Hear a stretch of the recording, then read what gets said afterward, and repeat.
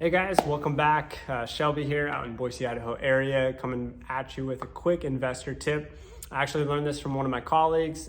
He's a flipper in the valley here in the Treasure Valley area. So shout out to Michael Honish. He had some great ideas to come up with, kind of providing a solution to one of our clients that was looking for investment properties. So what we're going to talk about today is finding opportunities in really hot markets where all the investors seem to be coming in the droves. Hiking up those prices, being in competitive scenarios when you're offering in on a property, and making it very difficult for investors to really find a gem or something that's easy or something that may be obvious and secure that in contract. So without paying a premium. Now, of course, there's other options too that we can touch on down the way. Wholesaling, off-market opportunities, subject to or seller financing options. Those are all very creative ways to effectively get deals that you're looking for. But this one's gonna be a little bit different, and I think it actually serves a great purpose, especially in the Boise Valley or the Treasure Valley here in southern Idaho. We have seen explosive growth, as many people have known or seen, on the top of the charts for the nation for year-over-year equity gains or value growth for the real estate market. So what that means is that as we're going into the market as an investor, or investors are coming into the market, it's very competitive, very difficult to secure a property that you would want to get at a price that you're willing to pay for. So let's jump into this. Let's first start with area. Area is going to be prime. In my market out here, the Boise Bench is a popular area that has gone through and is continuing to go through quite a bit of gentrification, as well as areas in northwest, north part of Boise. So, excuse me, along some of the foothill areas, there's areas where you can find these older homes that may not be as desirable or may not look to be as desirable right off the bat. So the idea of this is, instead of going after, your traditional 3-2 single family rental with a 2-car garage in a suburb area, that's like the obvious option for investors. Let's go ahead and think creatively about this. If you've got a little bit of ability to be creative or have skill sets when it comes to remodels or contracting, or have a contractor that you trust and that you like to use, then this could be a great route for you to explore. And it's basically finding a property that's not as desirable on paper. So people keep just either it's not in their search criteria, or they're not looking hard enough for properties like this because they don't fit the mold right off the bat and they're not easy per se. Find a 2-bedroom, 1-bath unit in maybe an older area of town that could potentially serve as an exceptional flip opportunity. What you would do is basically find a unit that has the bathroom, all the plumbing fixtures easily accessible on one of the interior walls, to where we can add an additional bathroom at a minimal cost. So if the plumbing is shared, you can just tee off the plumbing basically and go along with whatever's permitted or controlled in your area. But you can basically add another bath for a much smaller cost than if you were to really have to run the plumbing through and do all of the other stuff to really create that bathroom. So you can just hike into the existing bath, create 2 bathrooms, maybe have the second bath in the master bedroom. If you can, try and tee it off that way.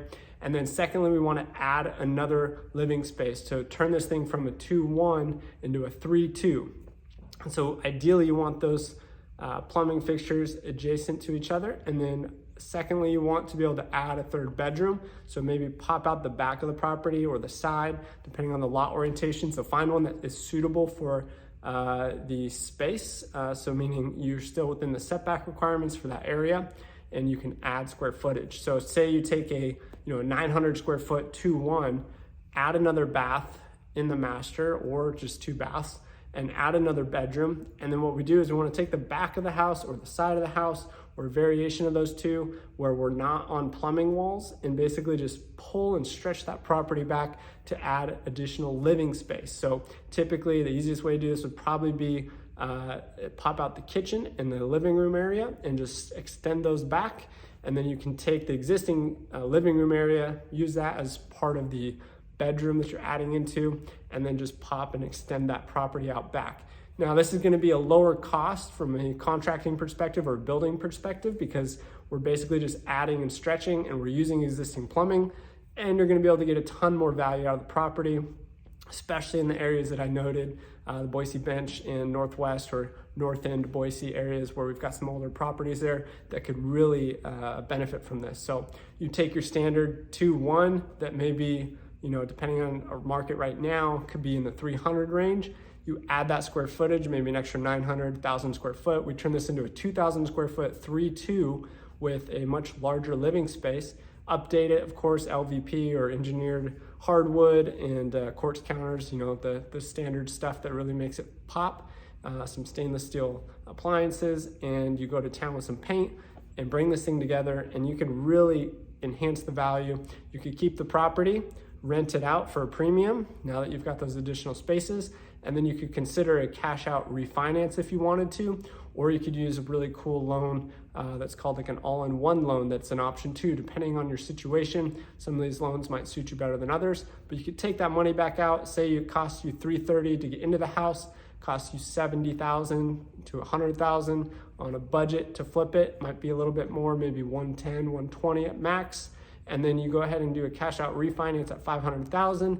You make a little bit of a profit to roll into your next adventure, and you're able to keep the property or sell it, whatever you want to do, and either rent it out, have cash flow on top of your equity gains, and start the process all over again. So this is finding basically a unique property that not a lot of people are going to be looking at to help your chances in finding an ideal price point and a property that has the potential to bring you additional income if you put some work into it. So hopefully that helps you guys with an idea around investing, creative options. If you're running into the same thing where we're just getting into these competitive situations where there's 5-6 buyers lined up and they drive that price right through the roof to where the cap and the cash on cash just doesn't really add up anymore. So let me know if you guys have any additional questions about real estate, investing, cars, moto, whatever it is. I like talking about all this stuff. So let me know if this was helpful, and talk to you guys soon.